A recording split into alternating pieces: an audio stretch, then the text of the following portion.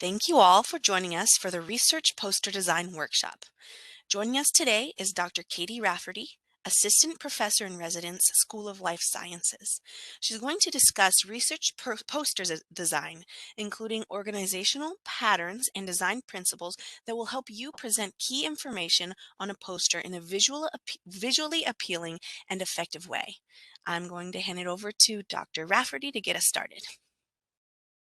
All right, thanks, Carly. Thanks, guys, for joining us on a Friday afternoon. Just thought I'd start with a bio of myself. So my name is Dr. Rafferty, and I just think since a lot of us out there are graduate students, I always do like to share a bit of my story so we can just kind of see the path that we all take. So I'm currently faculty in the biology department here, but I didn't start off as a biology major. I was actually an engineering major at the University of Florida. And like many of us, I wasn't quite sure what I wanted to do. So I stayed there for a master's and then decided that I wanted to get my PhD, that I was really interested in working in an academic workplace. So I got my PhD in biomedical engineering at Georgia Tech. And then after that time, I did 2 postdocs. One was at Emory. So I started a postdoc where I already was in Atlanta, Georgia. And then I should have put this in there as just like my first geographical detour was that my spouse got a job in Cincinnati, Ohio. So I moved there and I got another postdoc at the Cincinnati Children's Medical Center there. And probably my kind of first act of kind of pro moves, making moves towards becoming a faculty was I contacted departments at University of Cincinnati. I basically contacted their biomedical engineering department and their biology department and said, hi, I am a postdoc in town and I'd love to do some summer teaching for you, or any way I could support your program. And then only the biology department got back to me. So this is where I kind of entered into becoming a biology faculty. So I was an adjunct faculty there for a few summers. And then I got a faculty position there. My first faculty position was there. And I put this, change my color here. My professional goal detour, which is going to happen for most people. We have these. I thought I was on a research track. I wanted to be a tenure track faculty, but I really realized that it was teaching that inspired me the most. And so I applied for a non-tenure track position as an educator is what it was called at UC. So I had my first non-tenure track faculty position in 2012. This was at University of Cincinnati. And we had another family geographical detour. My spouse was recruited out here to Las Vegas. The timing worked out that there was a job opening as a cell biology and genetics, still non-tenure track faculty. That's what I did, and I've been here since 2015. So I think just sharing our stories that it's not always an intentional path. Sometimes you go where your family is. Sometimes you go where the jobs are. But anyway, in our department, we have a graduate kind of boot camp class, and I often give the seminar on podium poster presentation and research poster design. So I'll share some facets of that with you today. So when you get into graduate school or even often in professional development, we have needs to put together posters of our work. And so there's a few professional objectives of preparing that presentation. Right? You need to demonstrate your ability to communicate complex ideas to different types of audiences. Right? That is a key feature of professional development. And that's why in undergrad we practice some short presentations. You practice working with the team. You practice short writing prompts. Sometimes we have longer term papers. The whole purpose of that is to flex and build our communication skills. When you get into graduate school and beyond, you are establishing a reputation. right? People are going to come to know who you are, which is really an interesting thing to think of when oftentimes as graduate students, we think of ourselves as trainees. Well, we're trainees on a trajectory to become an expert, right? So we're establishing a reputation. We are career building, we're networking, right? We're meeting people who have interests that are similar to ours or interests that are different from ours, but are very collaborative, right? And then, also we like to get invited to give more talks. That's a good thing. Having all of those presentations on your CV is important. So I have a lot of different professional and reasons for talks. Whether you're doing a podium presentation with slides or you're doing a poster, there are elements of a good science talk. All right. One is knowing your audience, right? And depending on the conference that you're at, or, depending on, and if you can't read my writing, just please, I don't mind if you just unmute yourself, put in the chat. On the light board like this, I don't always have the best handwriting, but this could be a conference, and it could be a professional, very large conference that might be a little bit more formal. There's formal conferences. There's also really casual conferences as well. There are times where you're just presenting information to your just to your department, right? Where they might not have to be as formal. So you need to know your audience. And I'm sure you've heard this before, but crafting a message is telling an interesting story. All right. So, it's not a story of fiction, it's a story of nonfiction. It's a story of you making observations, finding holes in the knowledge base of your field, and figuring out ideas and experiments and hypotheses that are going to fill that hole. And so it truly is a story, and it can be very interesting. You want to have a crisp, clean presentation.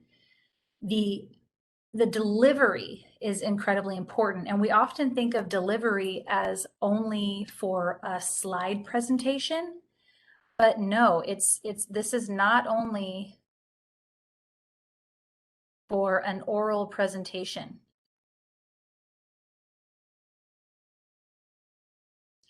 All right, you have to practice your narration for posters as well. It's not just a standalone document. There is a lot of time where you are there in front of that poster and you are narrating and you are presenting your work and and presenting yourself. And then mastering the Q&A period, that takes preparation and time and time and time, right? The more posters, well, I have my narration there. Let's erase that.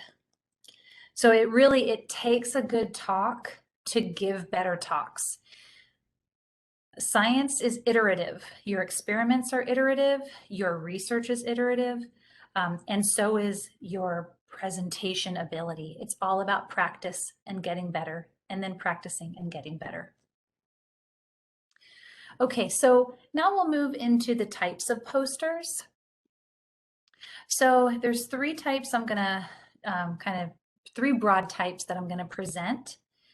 And this slide is just the template. So there's the traditional research poster.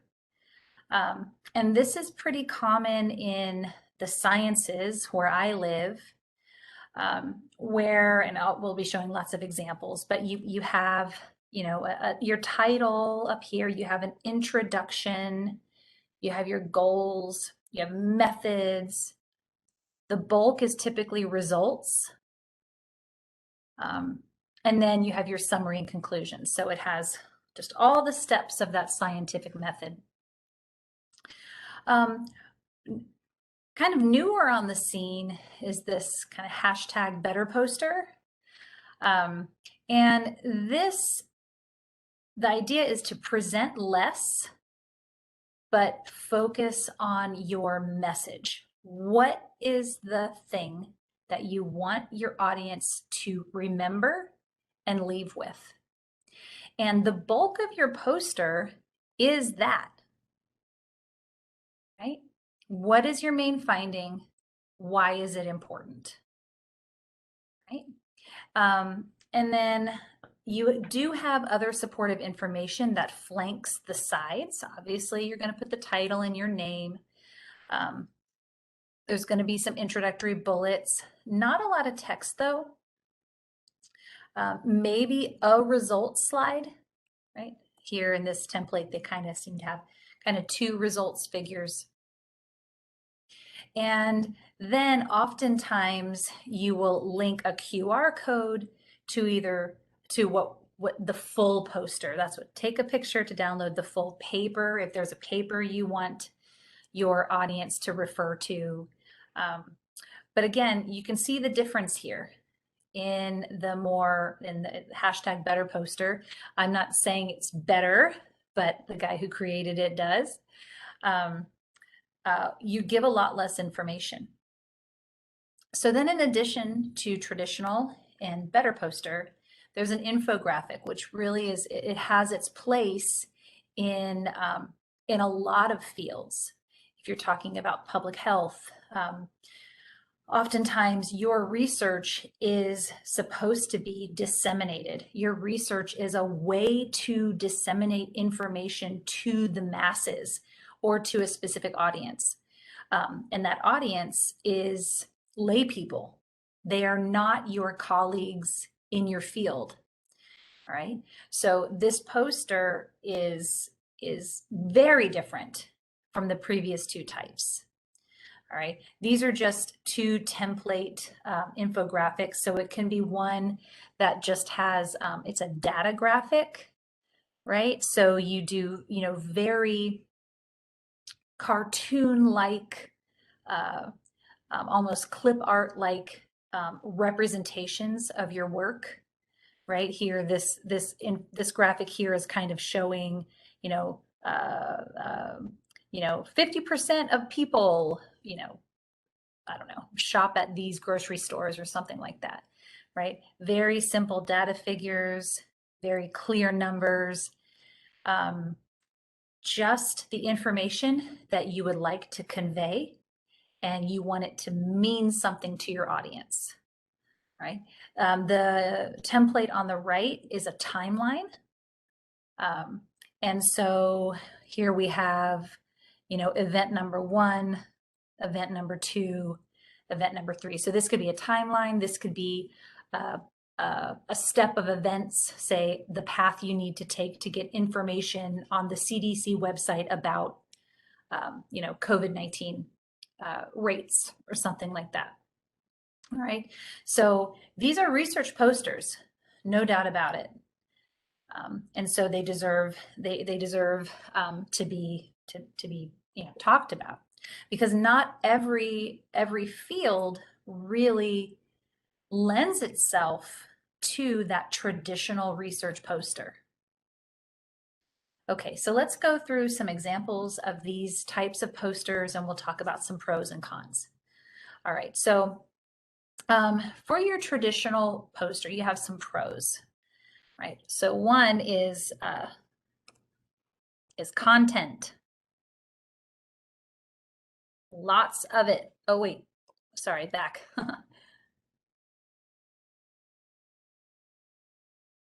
You can shove a lot of information in that traditional research poster.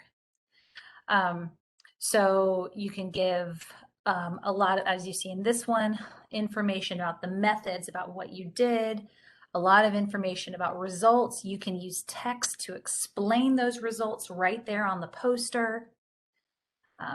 Again, content that we all want to share, especially as a graduate student. I find that we work so hard, and we have optimized different types of experiments, and we want to share that kind of background work with our audience, right? You can do that in a traditional research poster. Another thing is that it's expected, right? This is the baseline. This is the research poster that most people will see if you go to a professional conference, All right. And you basically get to tell them everything. All right. So if you walk away from your poster and somebody comes up to view it at the poster session, they can get a huge picture of what you've done. All right. So a lot of pros, but there's cons as well. So it's timing.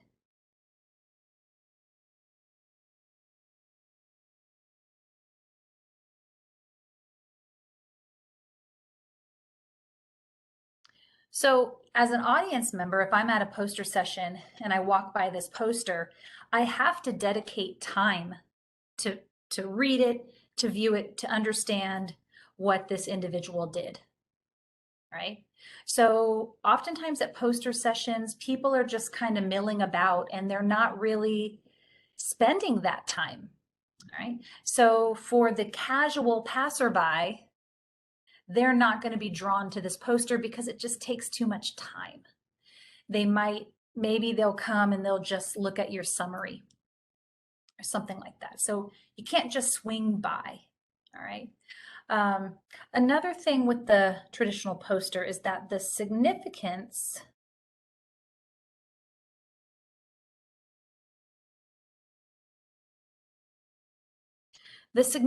can get lost because there's so much information. You're looking at the results, maybe you're looking at methods. The actual take-home message of this poster can get lost, right? And that's not really what you want when you work so hard to put together the poster. I mean, these posters take a lot of time to prepare. Okay, and then also, if the topic isn't immediately apparent,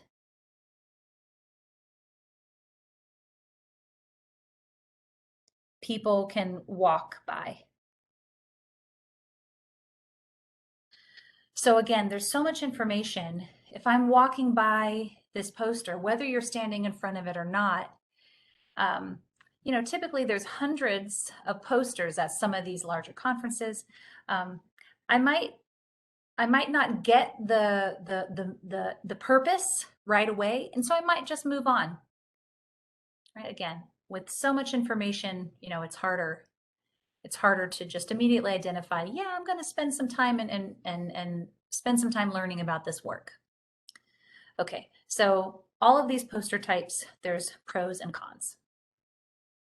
So for the hashtag better poster, the pro is that the significance or the impact is clear right away because that is the main thing that you are trying to tell your audience. If you remember nothing, just remember this. All right. And I hope that you see this right away and you want to learn more. Right. So it kind of is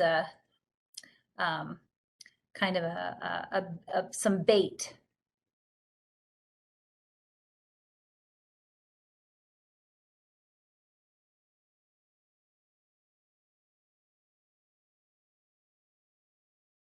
So it's that bait. I wanna hook you with this cool message.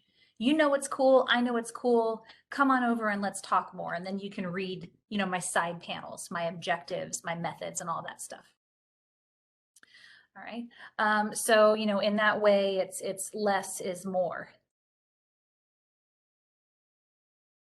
All right. On the same side as the less is more, it can also mean in a con, it can mean less is less.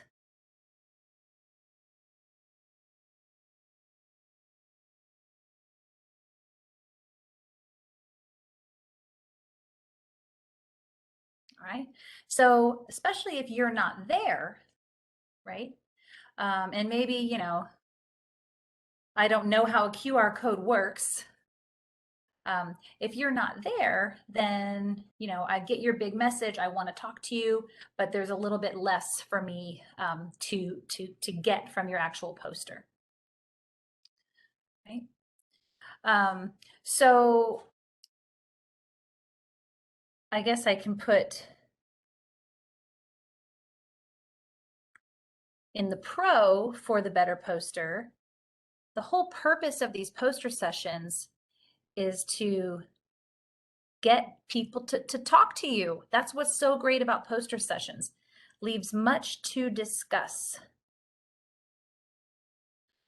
So in my opinion, poster sessions, especially as a graduate student or, an early faculty member, they're the way to go. They're the way that you really get people in front of you. You can shake hands, you can say hello, you can exchange cards, and you can actually learn about people, and they can teach you things about what you're doing, and you can talk to them about what you're doing in the future. I mean, that's what collaboration and networking is all about. That's hard to do in a podium presentation when you're just up on the podium and maybe a handful of people ask you questions. So leaving much to discuss can be a pro. Also, though, leaving much to discuss can be a con, right? That implies that the person is going to actually engage you and talk about, talk about their questions. And so much to discuss is a pro and a con. Okay, so now our infographics. All right, so these, they have that one big pro where they're different.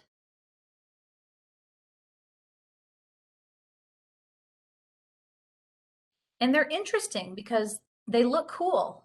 They're very different and they're informative.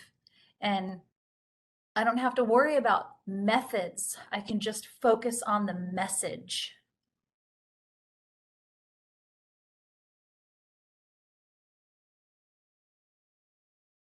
So focus on the message. All right.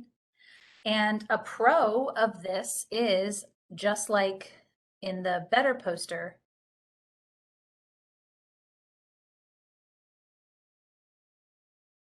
it leaves much to discuss. The whole purpose of creating a poster is discussion. All right. Cons for the infographic is none to little info about methods. Okay. So we work hard to get the data. That is what researchers spend most of their time doing. Optimize experiments, optimizing surveys, the wording of a survey so that you can actually get someone to give you the information you're wanting, right? That written survey statement is quite a work of art. But you don't talk about your methods at all unless somebody wants to engage you. And then, just like on the previous poster, leaving much to discuss can be a pro and it can be a con.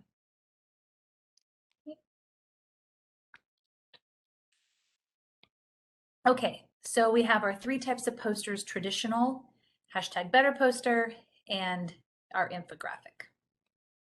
So no matter what the poster is, there are some required features that they all must have. And before you start any presentation, you must develop a clear purpose. All right. And if you can't define your clear purpose, then there's just no need for a presentation. So I really enjoy this method of designing purpose statements, which is called the so that method. So a couple examples here. So whenever we're writing anything down, we're always just gonna kind of just blurt out the first words that come to us. All right. So this was my so that method for when I first put together a presentation on giving presentations. All right, so this SOLS, by the way, that just stands for School of Life Sciences. But the faculty wanted to provide graduate students with an instructional foundation in best research practices. One of these is presentation making. All right, so that's where this presentation kind of fit into this graduate kind of core class that we have. All right, so that's, that's pretty good. Usually our first attempt is not the best. So then we add the first so that. All right, so now it becomes, I will speak to graduate students about the best practices of scientific posters and presentations so this is what do I want to convey so that my first attempt, they do not make unprofessional or embarrassing mistakes. All right, that's a little layman's terms, right? I want to give my graduate students the benefit of the doubt. So we keep iterating this so that. So next, graduate students need to learn about creating and presenting effective scientific posters so that, right, they present a clear and logical picture of their research to an expert audience who can provide feedback and constructive ideas. So the idea is that as we go through these iterations, we're adding, descriptive terms, right? We're focusing on the why. Why am I giving this presentation? What is the purpose? And this iteration, I mean, it can literally kind of last your graduate time, right? Because as we mature in our topic of expertise, that purpose does somewhat change. It gets clearer, it gets more descriptive. All right. So we rework and reword until your purpose is rich with descriptive vocabulary. It describes your motivation and the goal. All right. So why am I doing this? What do I hope to achieve? All right. And so sometimes you actually even remove the so that at the end. So I went through that one pretty thoroughly. I have another one that it's more just about research and more has data. We had previous data that Green Mountain Reservoir mosses were undergoing desiccation more rapidly, and we wanted to compare the two sites. Okay, well that's not really a purpose. Yeah, so you wanted to compare some sites. Why? So anyway, we wanted to compare, desiccation in mosses from Green Mountain Reservoir so that we could examine desiccation in alpine versus desert reservoirs, right? And if these words mean nothing to many of you out there, that's okay. So the so that method is giving you the what's my motivation. So if I break this down, we have the motivation, right? And then we have the next part is the goal. Right? Motivation and goal. And this really should be clear in any type of presentation that you're giving, even if it's just a lab update. And so that's why I always want to start with this because it's so important. If you don't have a clear purpose, you should not be giving a presentation until you do. Okay, so number one required feature is develop a clear purpose. Number two in any presentation is maximize images, minimize text. And this is pretty clear and understandable. So if we look on the left, the before, here is a background of how muscles contract. It's only text, right?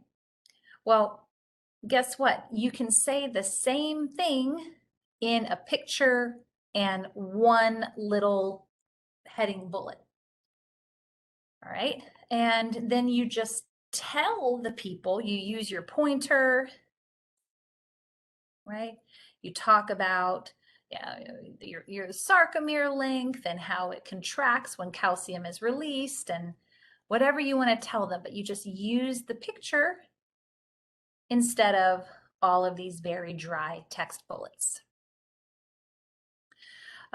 Here's just another example. So here's an introduction in text form, right? It's talking about epithelial cells. Why not just draw an epithelial cell? All right, so we have the top, the bottom, and then a few bullets. So this basically is exactly what was on the previous slide in a paragraph, but bulleting things out always makes things clearer, especially on a research poster. And then we talk about our results images. All right, so again, this is where a lot of your effort is going to go. So here we have a standard bar graph, and there are some, this bar graph is actually quantifying the density of these bands, right? So if you don't know what protein analysis is, Western blot, that's what this is over here. You know what? A lot of your audience might not know what these are either. So here you have duplication, you have redundancy of information. All right, so this is test 1, test 2. Your audience does not need to know how many tests you did. I mean, you can put that below somewhere, but showing the raw data and the bar graph is redundant. There's no need for redundancy in a poster. Also, there's no labelings, L1, L2, L3, L4. What does that mean, right?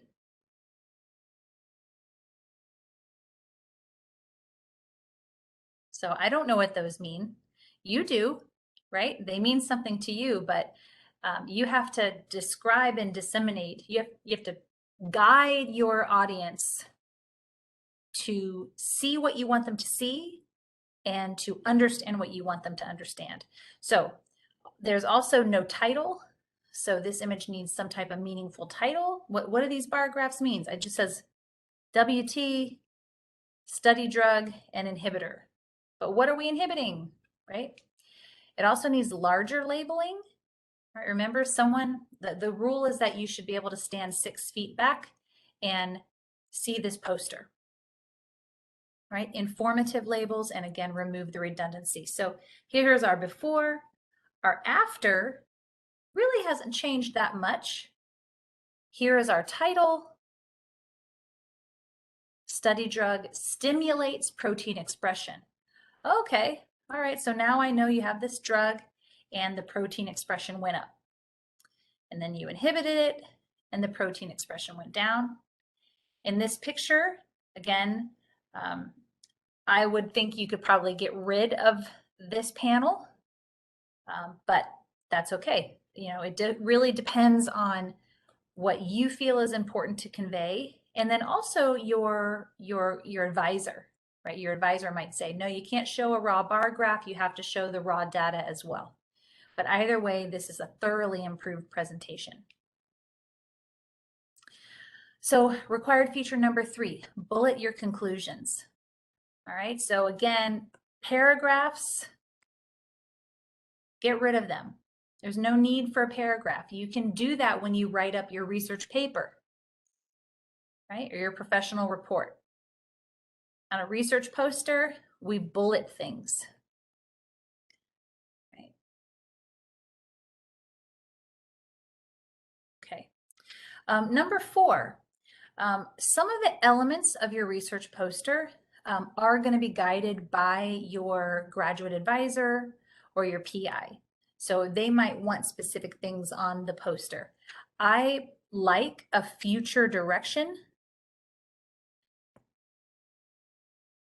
section just because it is a great way to open up conversation.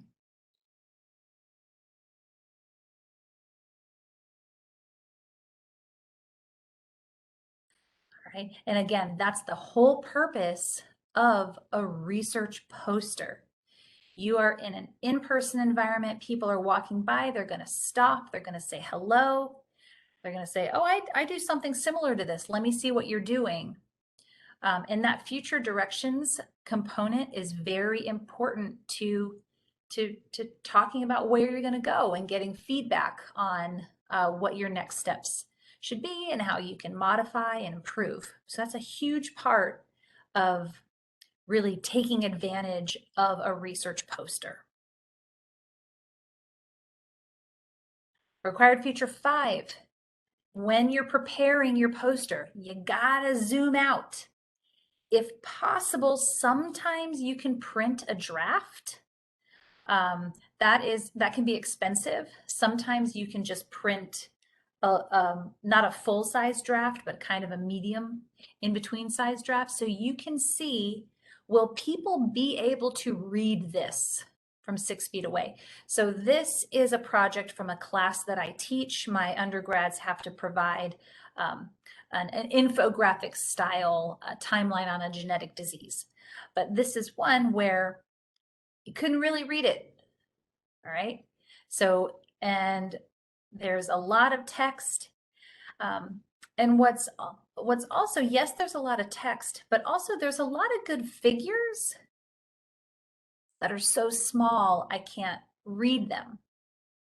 Right. So they just get buried. So this group made an effort to make their poster rich in figures and images, but those images were so small that they lost their impact. All right, so it takes a long time to prepare a research poster, but you have to do this step. You have to be able to zoom out, project it on a big screen if you possibly can, and see, will people be able to read this? Because if they're not, then all of that rich information that you're putting on the poster, you need to edit, edit, edit.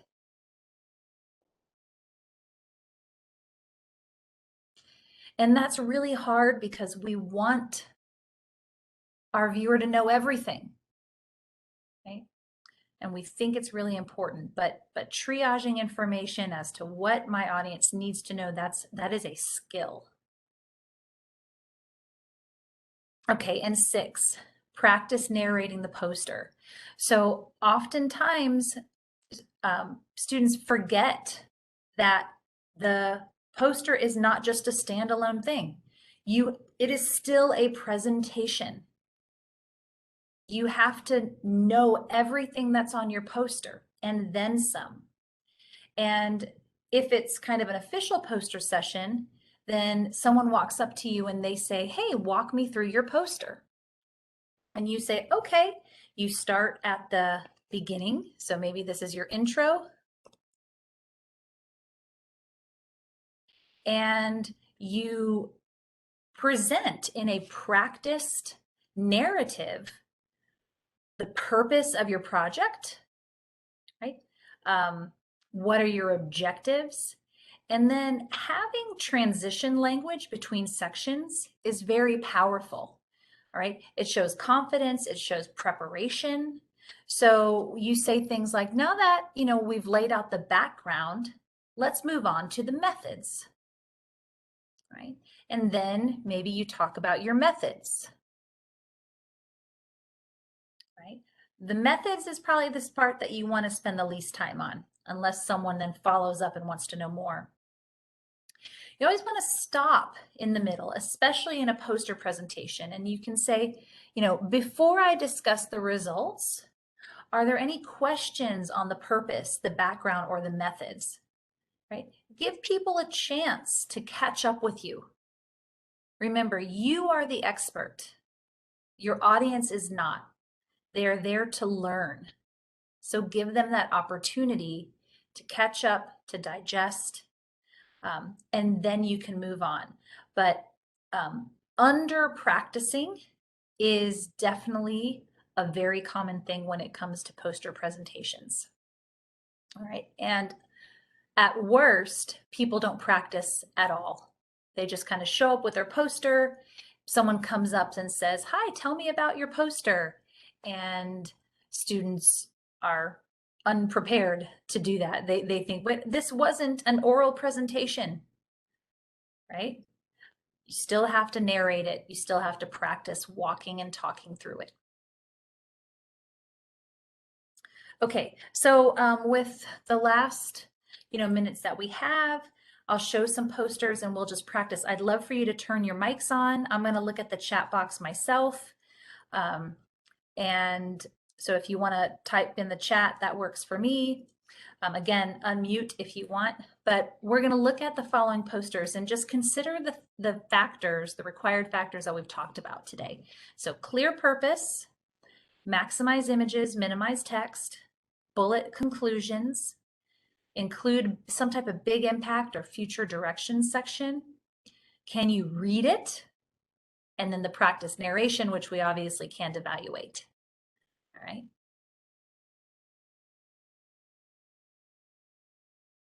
Okay. So I'll just give you guys, and these are from all types of different topics. Most of them are science-based because, again, that's my world. Take a look, and either via your microphone or in the chat, let's put some pros and cons.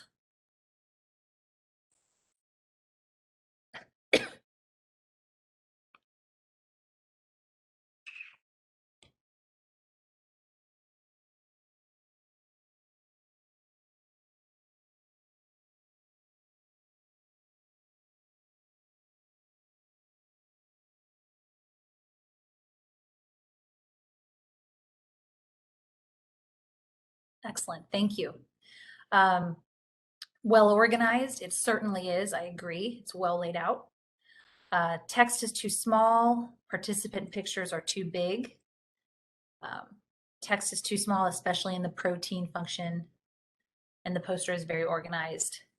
Maybe a little too text heavy, no conclusions. So I agree. Organization, it's got. The text is very small. This particular type of research, the genome properties really, these really are these really are the conclusions and this genome map. So depending on your field, some of these features in the traditional poster template are a bit mix and match. But, I agree. This is kind of a hard poster to really understand. The reason why there are pictures here is this is a class project and this was published work, and those are undergraduate students. So you're right, Zara and someone else said, the pictures are too big. In this case, part of this presentation was celebrating that there were undergraduates that did this work. All right. So this is why we typically view posters in our own field. But nice work evaluating the poster based on kind of the 6 criteria we laid out. Okay, so this one's fuzzy, and that's okay. What type of poster is this in our 3 types?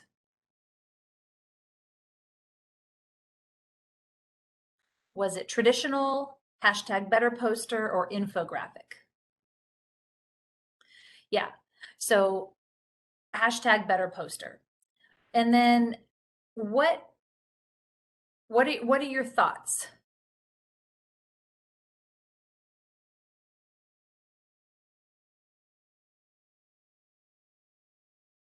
Carly says word heavy.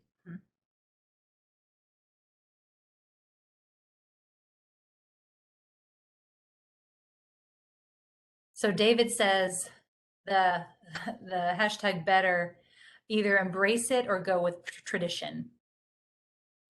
And Zara says lots of text, graphics are too small. Yeah, so I kind of agree. If you're going to go with the better poster, just embrace it. Go with that, right? And this presenter could have gotten there by minimizing this. I like that they have the purpose on there. right? But minimizing all that text, and then, maybe editing some of these tables. These need to be bigger. But in a way, it is nice if you just pick one or the other, right? So, but there's a lot of fuzzy ground. There's blending, right, between the traditional and the better poster. Um, and so Sabrina says, it is easy to make out the main point, but there is nothing really drawing me to the other stuff, right? So I agree. Okay, so this is an infographic. This is from the class that I teach where my students put together a timeline of a genetic disease. All right, so what are your thoughts on this?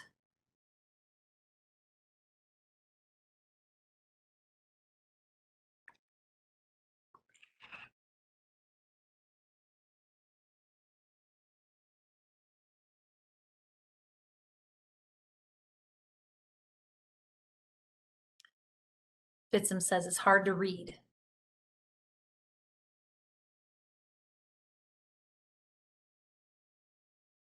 I agree. The text is incredibly tiny, tiny, tiny, tiny. All right. And this this long QT syndrome, it's a cardiovascular disease. And so this particular group spent a lot of time making this little graphic that looks like a QRS wave. And that's the bulk of the poster, right? So that's really, it's a cute graphic, but it's taking up all of this empty space. So if that were kind of grayed out and put in the background and everything else were enlarged, then it might actually be a good informative infographic. All right. So, kind of beware of bare space. And again, this is a teeter-totter because you don't want to have too much on your poster, but you don't want to have too much empty space either. Right? From the very beginning of the presentation, we said giving good talks makes better talks. So just like your statement of purpose is iterative, so is a research poster.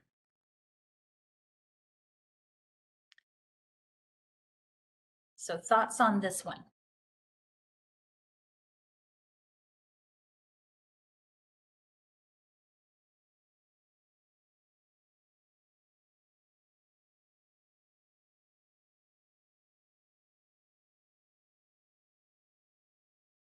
Carly says the conclusion is very clear.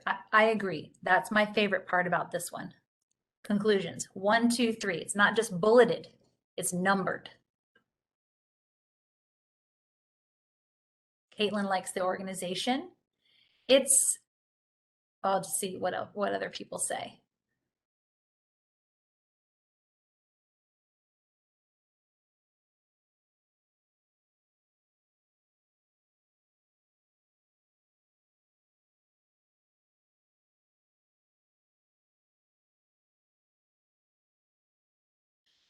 Yeah, so that's true. This is a advisor PI preference. So I am not a fan of the abstract on the poster. The abstract will be in your proceedings manual, when you submit. But some people, the people in the lab, they include the abstract. So that is something that is kind of lab and advisor specific. This one is this what format is this? Is this a traditional research poster? Is it hashtag better poster?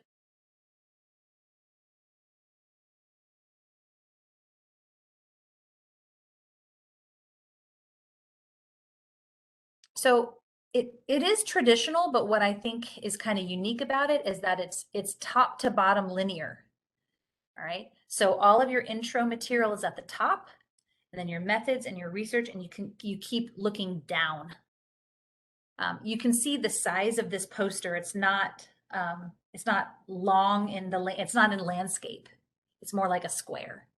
And that's kind of unique. And I like how that is laid out.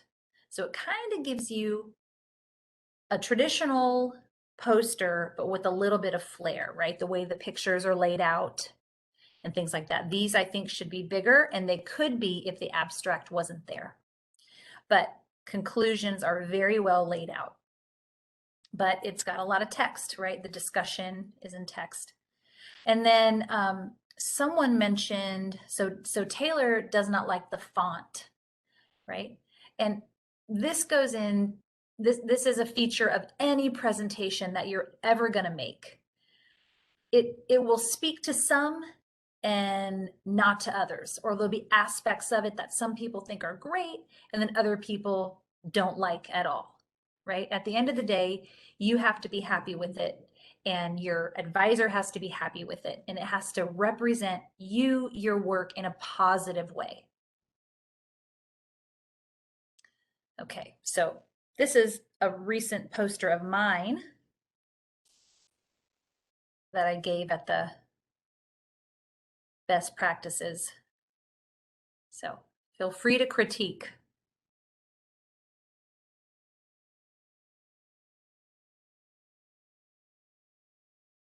So this is an attempt at a hashtag better poster.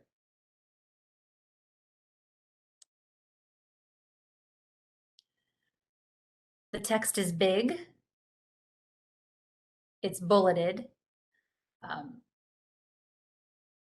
So your eyes are drawn to the graphics. In my opinion, after I kind of submitted this, I couldn't quite tell, well, what's my title and what's my take-home message. All right. So as I critique this, my own, this is my title, Increasing Science Literacy. This is supposed to be my take-home message, but I don't really differentiate the two, right? And so, you know, there's ways to improve. I've never done kind of the better poster, right? And this was my first time to try it, and I only had a little bit of data to present, but everything is iterative. And Carly asks, with the QR code, what exactly does it link to? That QR code is supposed to link to maybe, it could link to anything. It could link to a paper that you've published on that topic that has more detail. It could link to your laboratory website. You know, I guess it could, theoretically, it could link to even a LinkedIn profile if you have a pretty rich LinkedIn profile with scientific content. You're not using it as a business card. But to anywhere where you think you could direct for more information. Again, the purpose of that better poster is show less, discuss more. And you certainly could create a traditional poster that has a QR code. It could actually just link to the poster. If you had uploaded the poster and you wanted people to kind of be able to, you know, take it with them. Okay, I think I have one more. So this is another infographic from the course that I teach.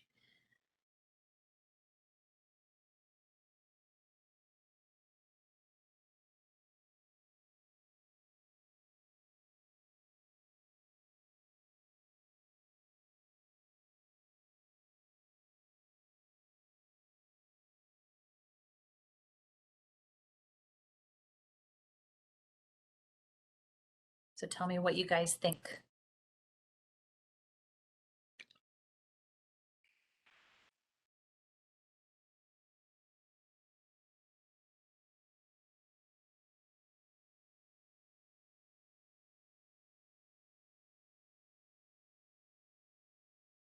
Sabrina says it's well organized, hard to read the pink and the white at the bottom.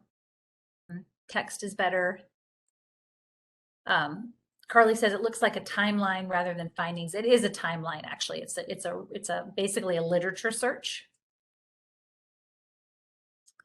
Yeah. So this is good. You know, they're using the pink. It's a brief history of breast cancer, um, but it's got a very good use of empty space and text and images. I think some of the images are a little disconnected. This is the molecule that is actually chemotherapy.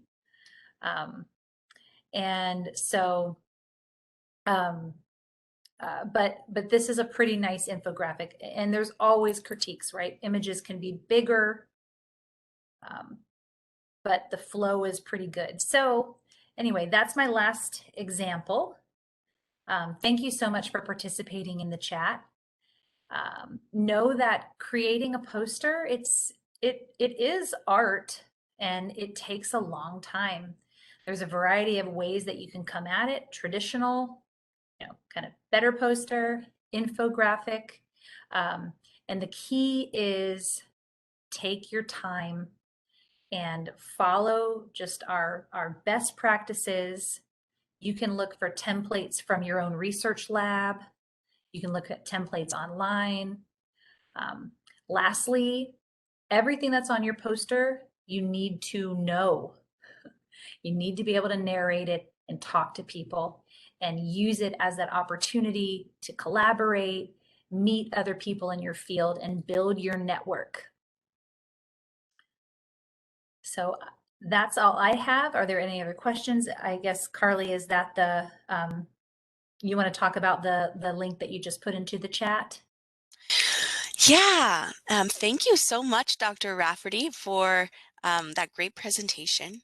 Very informational and something that we can all apply to our time here in graduate school.